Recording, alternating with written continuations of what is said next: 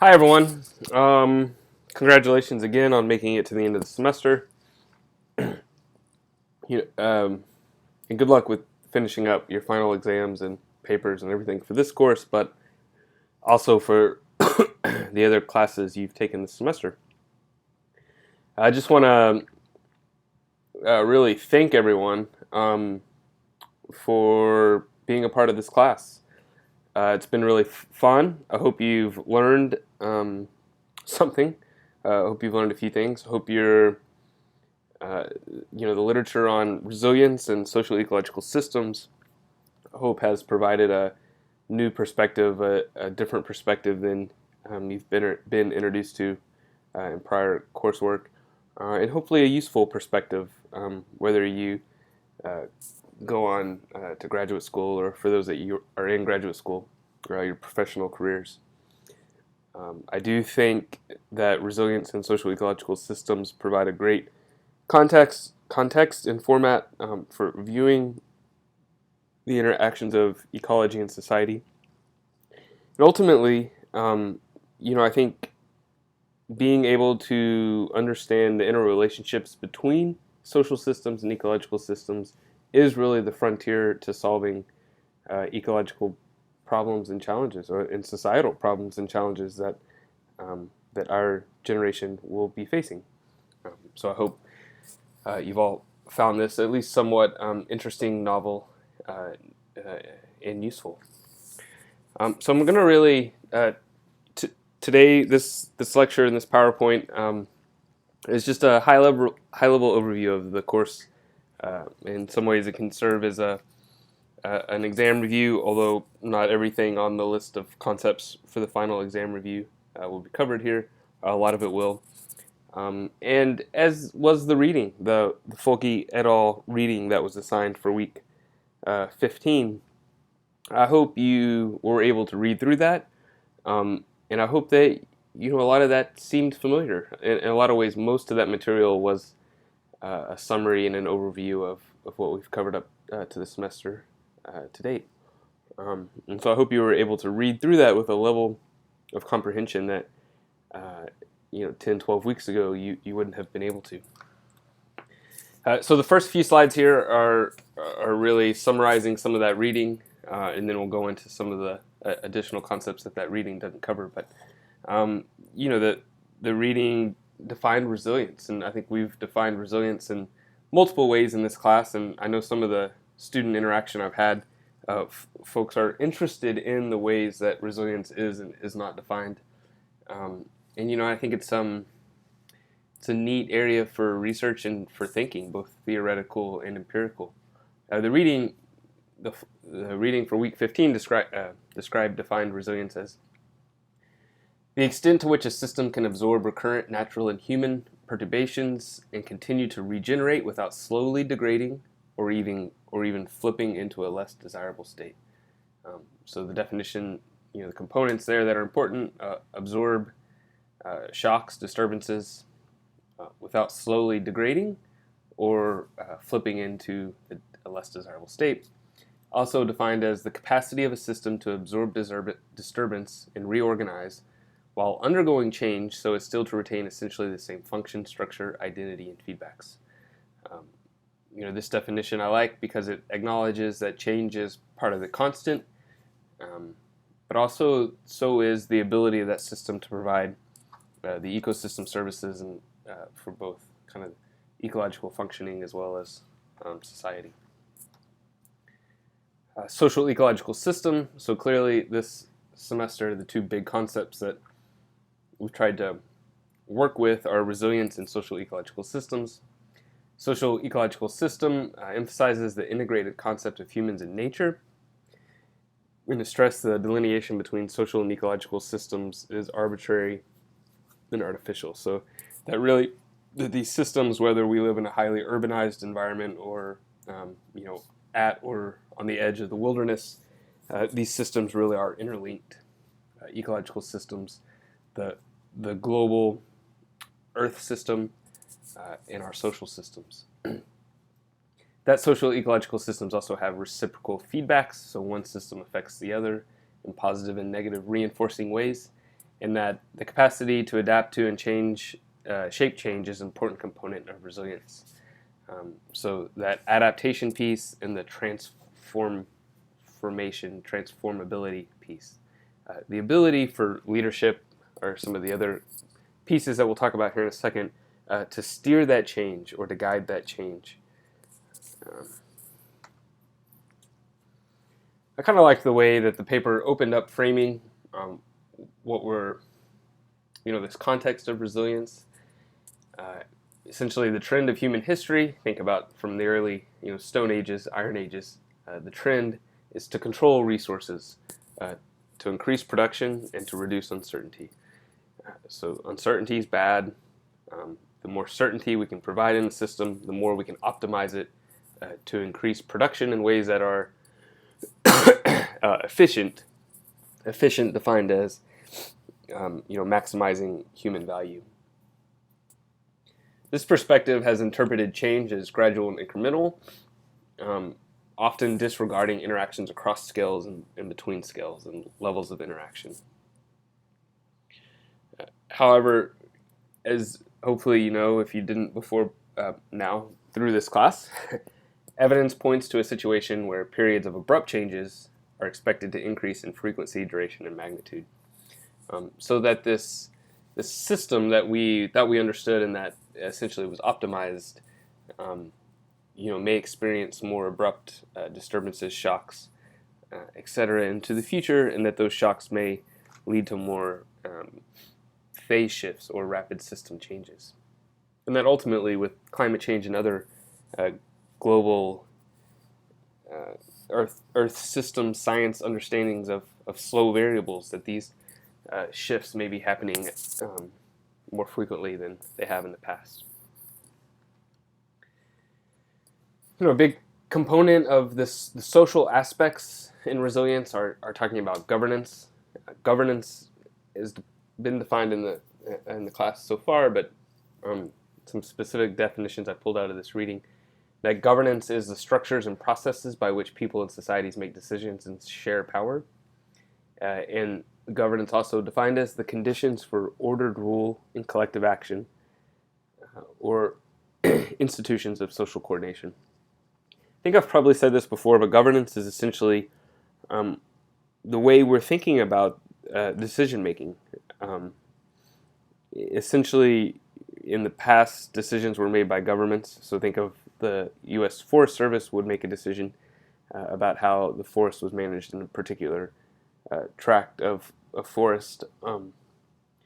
And today, so you could say then that the government was making decisions.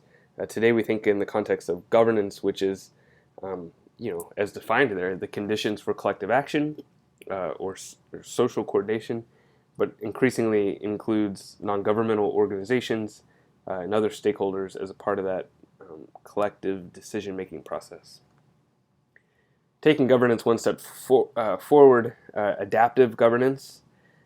So adaptive governance is kind of merging principles of adaptive management and governance to address the broader social context that enable ecosystem management.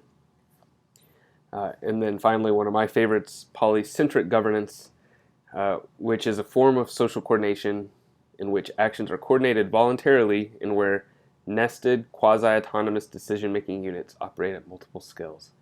A really jargony definition, but that we need to think about the way that multiple levels of decision-making authority interact with each other. So community-based conservation groups, the case study in Ecuador was a great example, but thinking about how the community-based managed area interacts with national policy, other regional or biome type entities, and then even international policy and international decision making.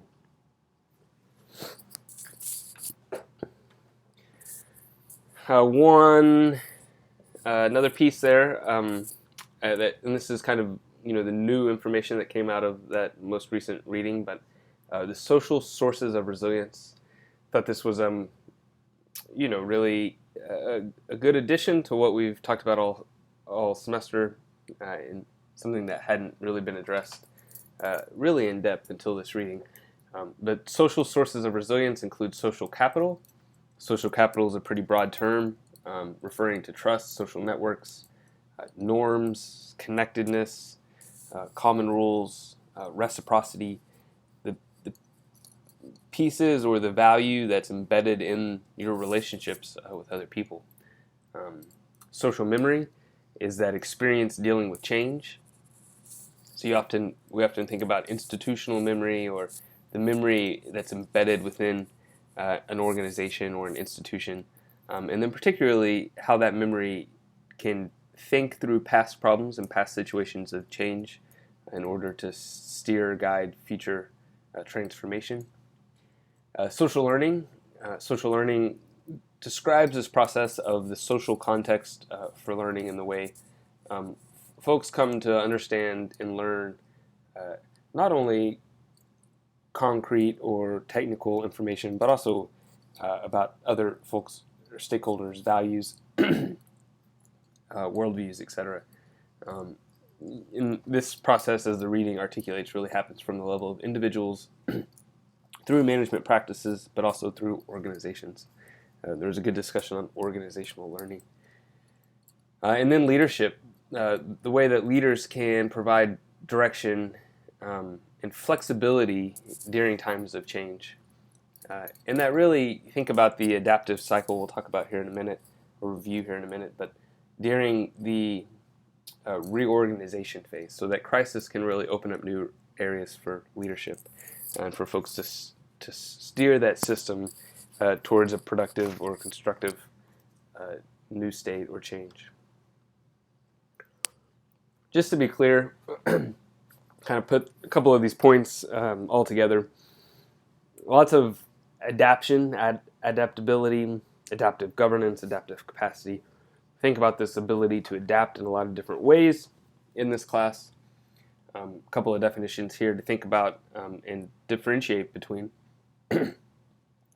Adaptability is the capacity of actors in a social ecological system to manage resilience in the face of uncertainty or surprise.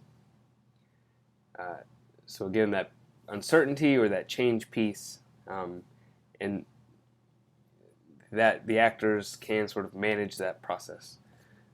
The stakeholders, the actors, the governance regime. Transformability, the capacity to create a fundamentally new system when ecological, economic, or social conditions make the current system untenable. So again, thinking about the adaptive cycle, which isn't actually on this list, but is in a later slide. The crisis and then the reorientation phase. So how can we think about creating a fundamentally new system through that cycle of change? And then adaptive capacity. This was highlighted in the climate change section in week 10. Adaptive capacity is an important component to vulnerability. And we often think of vulnerability as the flip of resilience, the kind of the other side of the coin, to a resilient system, a vulnerable system. A system with high vulnerability is going to be less resilient and therefore more likely to flip during a disturbance or suffer degradation. The formula for vulnerability is that vulnerability is a function of exposure, sensitivity, and adaptive capacity. So you think of an exposure to a risk, sensitivity to that risk being kind of a negative aspects of that equation, and then adaptive capacity is the positive aspect to that equation. And so how all three of those are sort of weighed or gauged can help you get to think about the vulnerability of a system.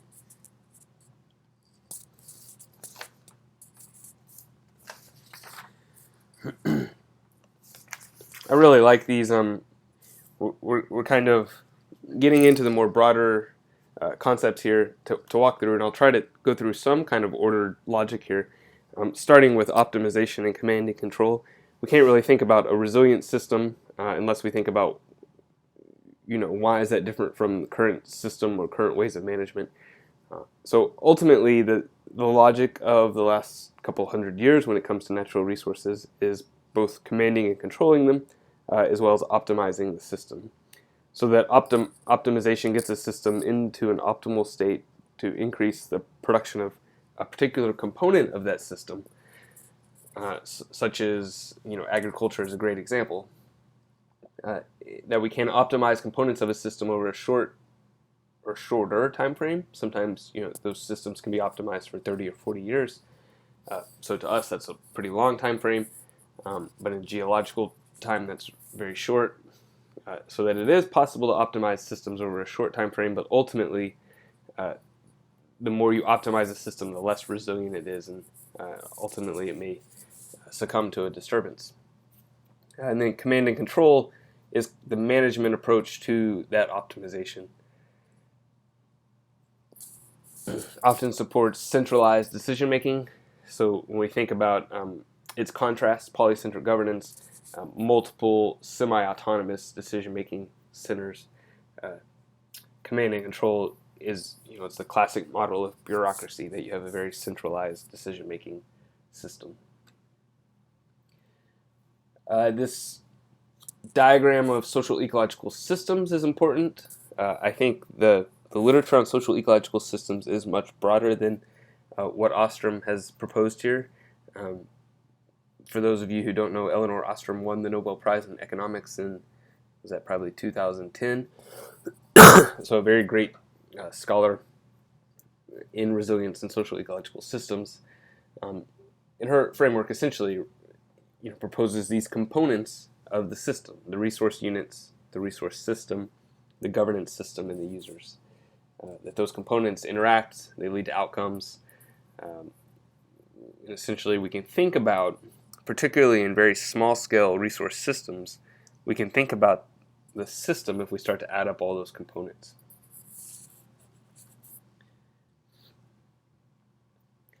Adding up those components ultimately makes us think about the systems aspect of what we're trying to deal with and assess and manage. So complex adaptive systems. A lot of resilience is based in this concept of complex adaptive systems. That uncertainty is more the norm than the exception. Nonlinear effects. So rather than Newtonian physics, where if you hit a ball at a certain angle, it'll hit another ball at a certain angle, and the ball will go into the pocket. Think of the pool table analogy. That really the feedbacks lead to nonlinear effects. So the effect of X variable on Y we can't really predict.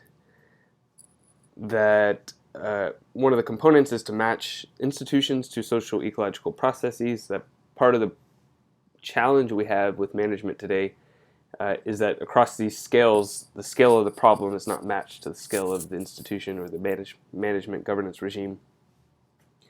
And that essentially, in order to really institutionalize social ecological systems and resilience as a way of thinking, we need to recognize the barriers to cognitive change. How we think about problems is ultimately rooted in the history of science, in the history of these linear Newtonian thinking, and that ultimately thinking in this new way, in this resilience framework, is going to require fundamental cognitive change.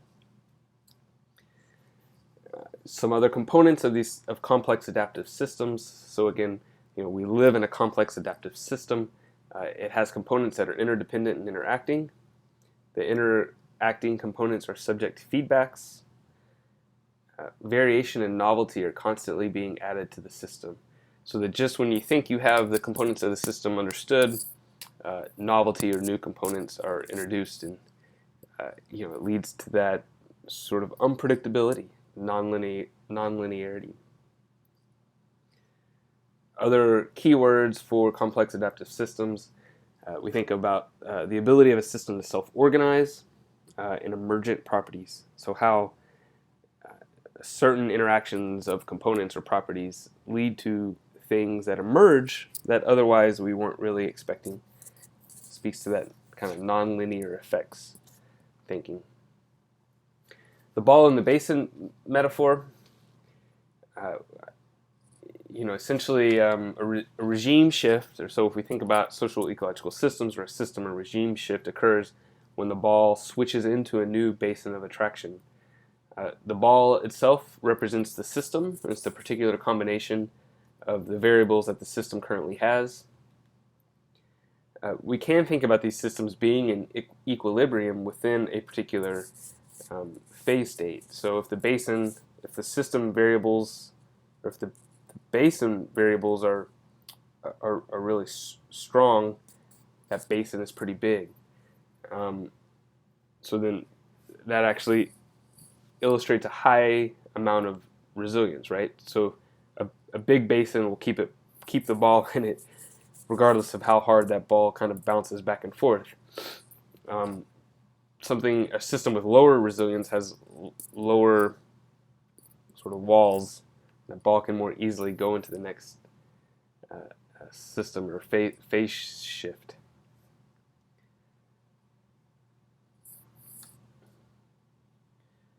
There we go. Those different basins of attraction, right?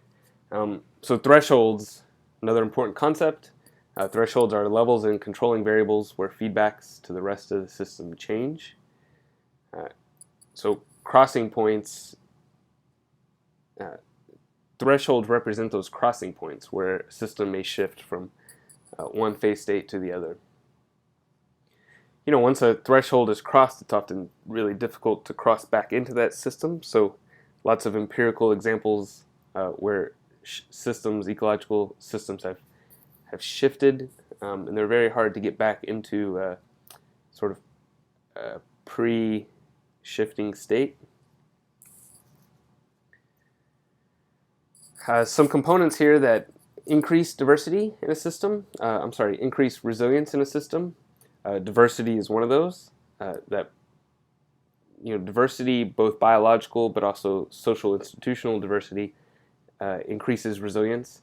That systems with many different components are generally more resilient than systems with fewer components.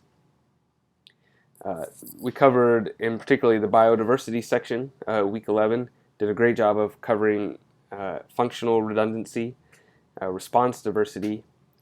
So functional redundancy being the presence of multiple components that can perform the same function in the system, essentially providing kind of an insurance for the system. So if one component goes extinct, the system itself can maintain that function. And response diversity being the ability of multiple species that serve that function to respond to disturbance in different ways.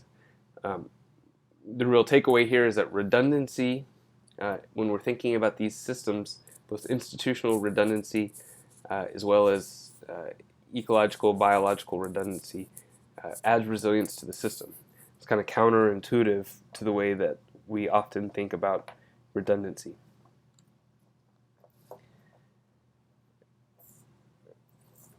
So really key component is the idea, the notion of slow variables. So climate change is the perfect case of a slow variable. The way that these variables they change slowly over time, and then they have the potential to cross the threshold and really shift a system. So that managing these slow variables, understanding what these slow variables are, what the thresholds are, and then managing those variables and the feedbacks to the system is a crucial way to keep the system configured and functioning in ways that we've come to rely on.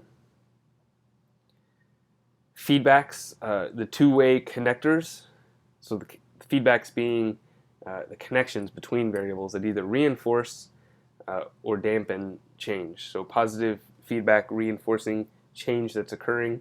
Think about the Arctic ice melting is decreasing reflectivity, increasing atmospheric temperatures. It's a positive feedback, or negative feedbacks that slow down change.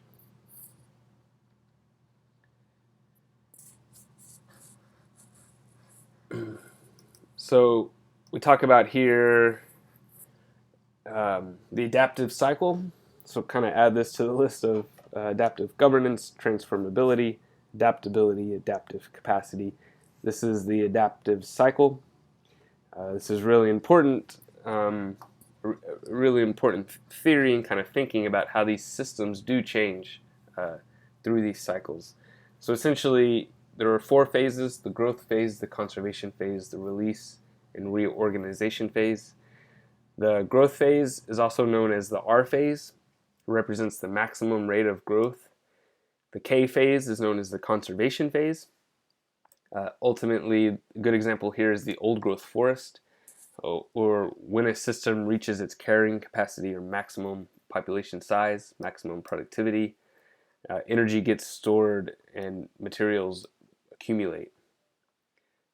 The omega phase, so essentially a system has a bunch of energy and strong connections and durability, but through that time, its resilience is weakening, ultimately leading to the release phase, the omega phase.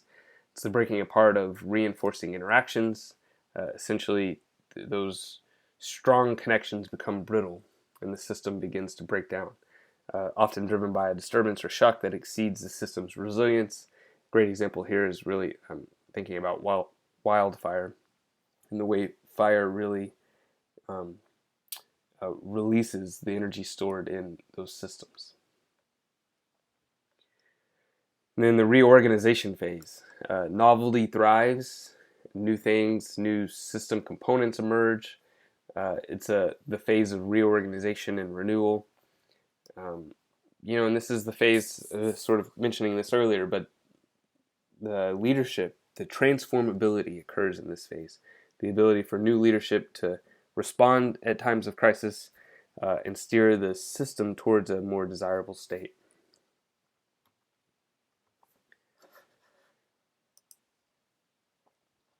We also think about the adaptive cycle having two components. One is the for loop, and this is the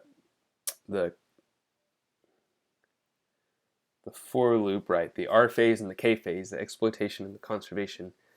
And really, when we think about Western science and ecological science, and particularly steady state ecology, climax ecology, we think about most of those studies having been done in these two phases, or primarily the conservation phase. But most systems actually spend most of their time here, right? They're in this rapid growth phase and they're in this conservation phase. The release phase is often very quick, very abrupt. So there's not a lot of science that we don't really understand the back loop as well as scientifically we understand the for loop. The back loop here, the recognition that there is enormous potential. So what happens when the system releases? What happens when it reorganizes? And again, that's kind of where the idea of transformability. How can we think about what happens here and how can we shape that change? Panarchy. Basically, this adaptive cycle was thought about what does this look like across multiple scales, came up with the concept of panarchy. Panarchy was coined to describe the cross-scale and dynamic character of interactions between human and natural systems. It really highlights the multi-scale structure of those systems and the dynamics that occur. Really the structure and the functions of the system at each scale is driven by a small set of key processes that are linked to scales that are lower and scales that are higher. So, really thinking about the dynamics of Bryan College Station, ultimately, in some ways, that slow variable of climate changing, which occurs at this very high scale, are shaping those dynamics at that very local scale.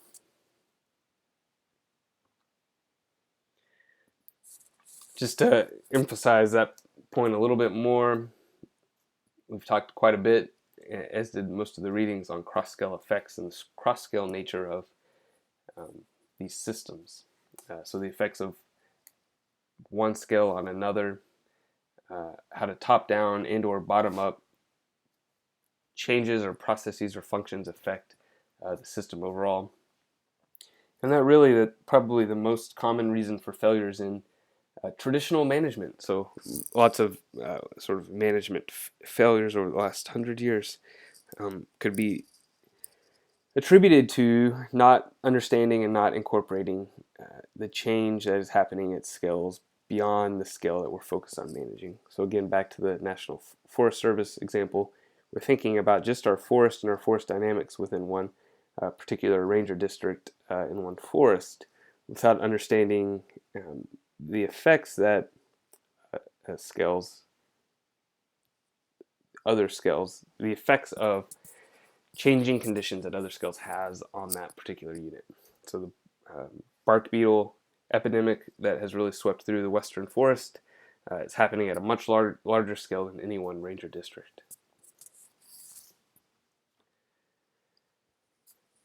So, good luck, everyone. I think this exam, really, on average, everyone in this class is doing really well. This exam will be very similar, much like the ones you've taken. You've taken 2 already, and so don't expect any surprises. It should be pretty straightforward, and really emphasizing the resilience components of the class.